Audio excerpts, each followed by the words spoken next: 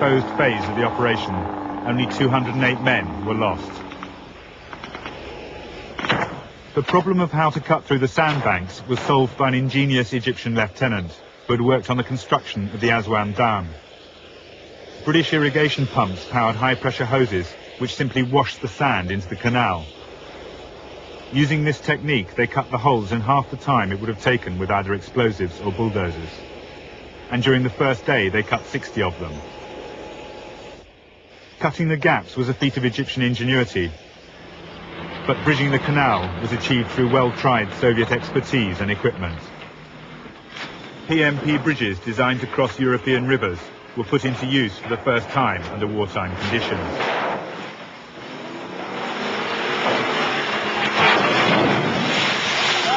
The sectional pontoons could be joined to others in minutes. On the day, the Israeli garrison said they grew across the river like outstretched arms. Another Soviet crossing system was even quicker. The GSP ferry was formed by two amphibious lorries which linked together in the water and would then expand hydraulically, creating a platform that could carry a tank across the canal in a matter of minutes.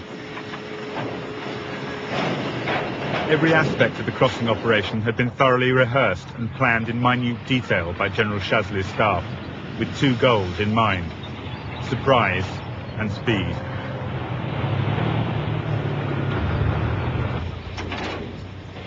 The whole Israeli defensive system in Sinai turned on the assumption that it would take 48 hours to get armoured divisions and heavy equipment across. They were convinced they could foil any attack in that time. In 10 hours, the Egyptians had already got 10 bridges set up and 500 tanks positioned on the east bank. Inside 24 hours, 2 infantry and 2 armoured divisions had crossed the canal. It was the high point of the war for Egypt.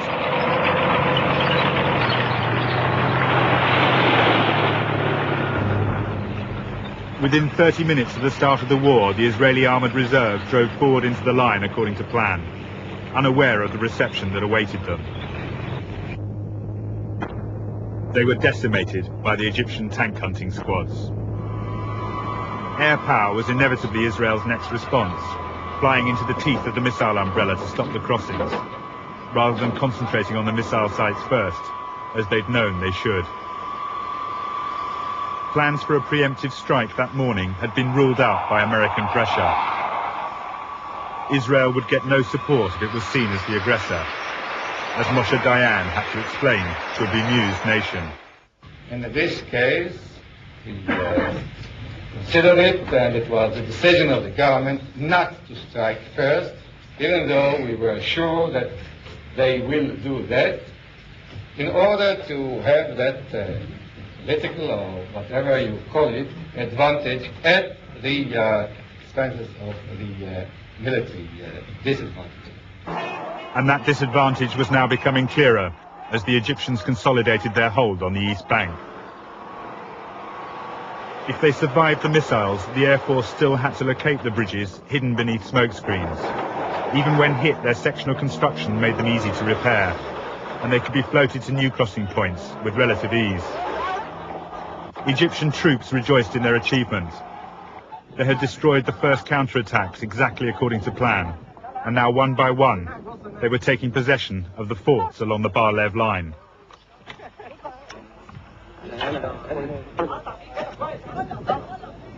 Not all fell easily though. The northernmost fort was never taken, and in the south, opposite Port Tewfik, 1 officer and 42 men held out for a week before surrendering through the Red Cross. After repeated attacks, they were down to their last few grenades and bullets. The Egyptian officer who took over the fort believed they'd hidden their heavy weapons. The truth was, they had none. They were ferried across to Port Tewfik, where the survivors helped their wounded comrades ashore and into captivity. Among the Israeli reserves pouring down the road into Sinai on Monday the 8th, morale was still high. Their confidence in another easy victory was reinforced by their route through the Mitla Pass, still strewn with the wreckage of Egyptian defeats in 1956 and 67.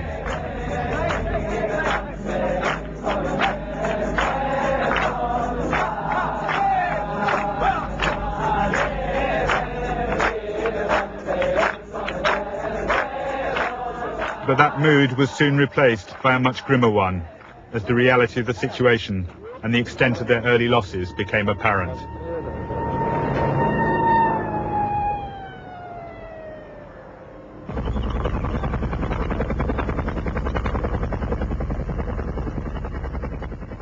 In those first few days in Sinai, only the Egyptians had cause to celebrate.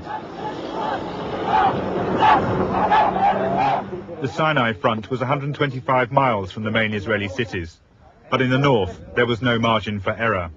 The Golan Heights were barely 17 miles across, and from this plateau littered with volcanic rock, 4 routes led down across the Jordan into northern Israel. The Benot Yaakov Bridge bore the most important, leading from Kenetra and the area HQ at Kfar Nafak. A key Israeli observation point on Mount Hermon was known as the Eyes of Israel, as it overlooked the entire region. The Syrian plan was to cross the ceasefire line in one massive armoured assault, 2 columns forming a pincer to take Kfar Nafak and the bridge, while others struck out for minor routes. At 1400, synchronised with the Egyptian attack, a 50-minute artillery barrage began.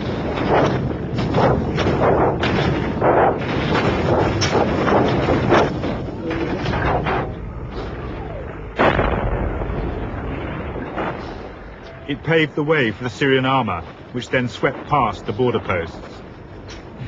They flowed in like water, one Israeli said. I never knew there were so many tanks in all the world. The Israelis had 180 tanks and 60 guns with which to hold the 40-mile front. It was the most desperate and heroic struggle of the war. A young lieutenant with a handful of tanks held up the main Syrian thrust for 20 hours at one point, ambushing, switching position, and attacking again.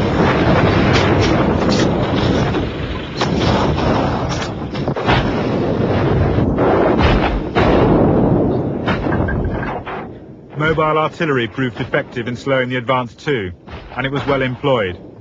For the sole Israeli advantage was in knowing the ground. They'd practiced over it numerous times, measuring the ranges and the best angles of fire, but they hadn't anticipated odds of 5 to 1, or at times 11 to 1, and remorselessly they were forced back.